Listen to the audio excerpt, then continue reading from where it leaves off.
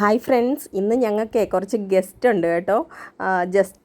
Guest എന്ന് പറഞ്ഞാൽ പറ്റത്തില്ല, സ്പെഷ്യൽ ഗസ്റ്റാണ് കേട്ടോ. നിങ്ങൾക്ക് കണ്ടപ്പോൾ തന്നെ മനസ്സിലായി കാണും.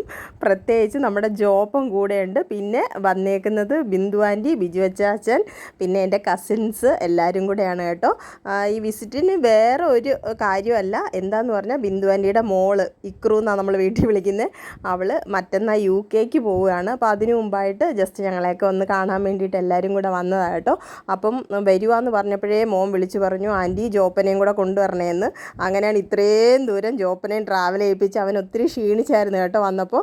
എന്നാൽ ഇവിടെ വന്ന് ഞങ്ങളെയൊക്കെ കണ്ടു കഴിഞ്ഞപ്പോൾ നല്ല ഉഷാറായി ഓടി നടക്കുന്നുണ്ടായിരുന്നേ. ഞങ്ങൾക്കിവിടെ ഒരു ഉണ്ണിക്കുട്ടനുണ്ടല്ലോ, പൂച്ച. അവനെ പിന്നെ പേടിപ്പിക്കാൻ വേണ്ടിയിട്ട് ജോപ്പൻ ഇങ്ങനെ അവൻ്റെ പിറകെ നടക്കുമായിരുന്നു. അവൻ ഉണ്ണിക്കുട്ടൻ ജോപ്പനെ കണ്ടിട്ട് പേടിച്ച് ഓടുമായിരുന്നു. പിന്നെ ജോപ്പൻ ഇവിടെ ആദ്യമായിട്ടല്ലേ വരുന്നത് ഞങ്ങളുടെ വീട്ടിൽ. അപ്പോൾ അവനിങ്ങനെ ഓരോരുത്തടുത്തെല്ലാം പോയി നോക്കാനും മണം പിടിക്കാനും ഇവിടുത്തെ കാര്യങ്ങളെല്ലാം അറിയാനൊക്കെ ഒത്തിരി ഇഷ്ടമായിരുന്നു. അപ്പോൾ പുറത്തോട്ടൊക്കെ പോകാൻ അവന് ഭയങ്കര ഇഷ്ടമായിരുന്നു. പക്ഷേ ഞങ്ങൾ അധികം വിട്ടില്ല, ബിന്ദു ആൻറ്റി വേണ്ടാന്ന് പറഞ്ഞു. കാരണം പുറത്ത് കോഴികൾ നിൽപ്പുണ്ട് കേട്ടോ എൻ്റെ. അപ്പം കോഴികൾ പേടിക്കും, അല്ലെങ്കിൽ ഇവൻ ശല്യപ്പെടുത്തുമെന്ന് പറഞ്ഞിട്ട് ആദ്യമൊന്നും വിട്ടില്ല. പക്ഷേ അവസാനം ഇവൻ ഒരു ഇറങ്ങി കേട്ടോ. അത് ഞാൻ കാണിച്ചു തരാം വീഡിയോയിൽ.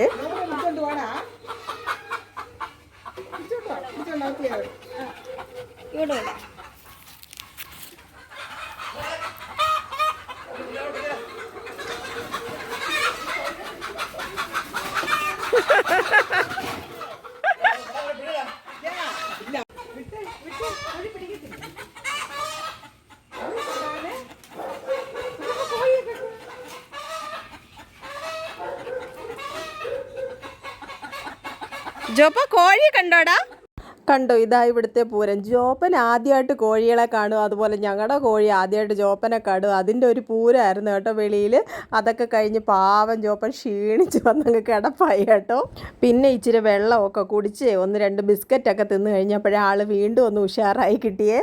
പിന്നെ നിങ്ങൾക്ക് എൻ്റെ ബിന്ദു ആൻറ്റിയും ബിജു അച്ചാച്ചനെയൊക്കെ അറിയാമെന്ന് ഞാൻ പ്രതീക്ഷിക്കുന്നു. കാരണം ഞാൻ പല വീഡിയോസിലും കാണിച്ചിട്ടുണ്ട്.